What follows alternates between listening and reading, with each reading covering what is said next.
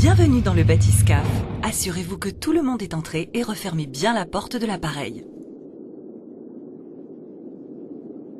À présent, soyez attentifs. Voici votre mission.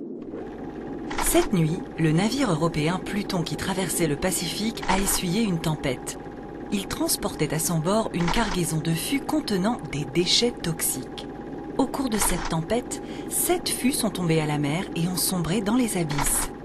Contrairement à ce que l'on pourrait croire, d'innombrables espèces vivent dans les profondeurs des océans. Ces déchets présentent un risque majeur pour la vie abyssale. Si leur contenu se répand, c'est une catastrophe écologique sans précédent. Votre mission est de trouver ces 7 fûts toxiques avant qu'ils ne se mettent à fuir et ne contaminent les écosystèmes fragiles du fond des mers. Nous allons descendre vers la station sous-marine située à 3000 mètres de profondeur. De là, vous embarquerez dans un sous-marin pour tenter de retrouver les fûts perdus.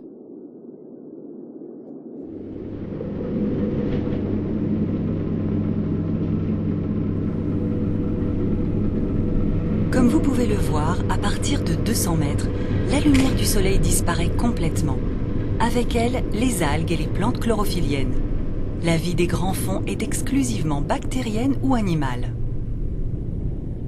Si vous commencez à avoir un peu froid, c'est normal. Dans les profondeurs, la température chute. Quand nous serons à 3000 mètres, il fera moins de 3 degrés Celsius.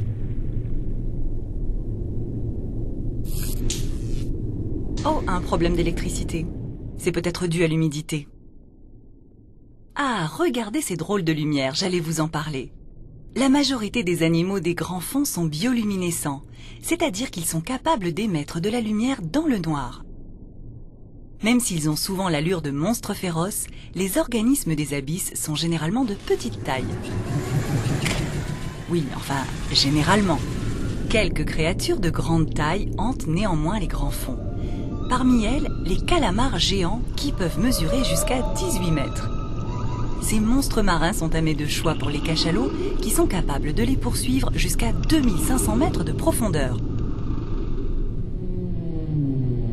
Les bruits que vous entendez sont causés par l'augmentation de la pression sur la paroi du bathyscaphe.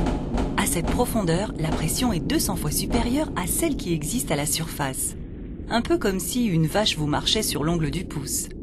Ces conditions limitent l'accès des abysses à la plupart des organismes vivants en surface. Seuls des animaux adaptés peuvent vivre dans ce milieu extrême.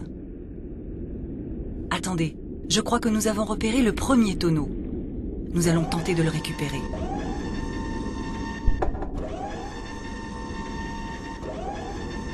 Ah, c'est fait. On a eu de la chance pour celui-ci, mais il en reste encore 6 à trouver. Ouvrez l'œil. Nous y sommes presque. La base est située près d'une crevasse et non loin d'une chaîne de montagnes.